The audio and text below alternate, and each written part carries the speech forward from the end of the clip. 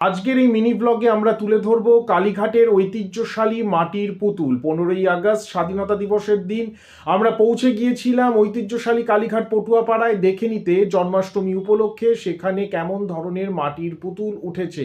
কালীঘাটের মাটির পুতুল নিয়ে আমরা এর আগে একাধিক পর্ব করেছি। আশা করি আজকের মিনি ব্লগটিও আপনাদের ভালো লাগবে। করুন, বলুন। 933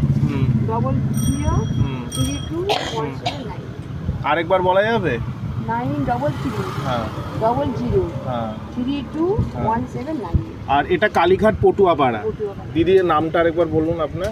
আমার নাম ডলি চিত্রকর। ঝুলন এবং জন্মাষ্টমী উপলক্ষেই পাওয়া যায়।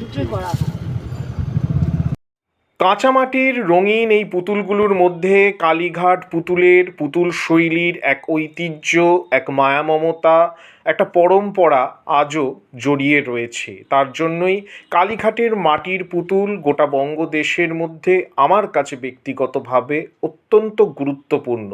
কারণ ইতিহাসের সাথে বর্তমানের এক সংযোগকারী সন্ধিক্ষণে দাঁড়িয়ে রয়েছে বিলুপ্তির পথে এগিয়ে চলা কালীঘাটের মাটির পুতুল।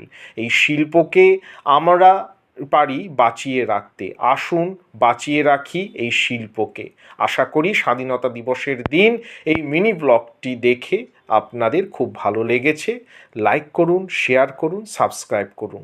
আবারও অসংখ্য ধন্যবাদ ও নমস্কার।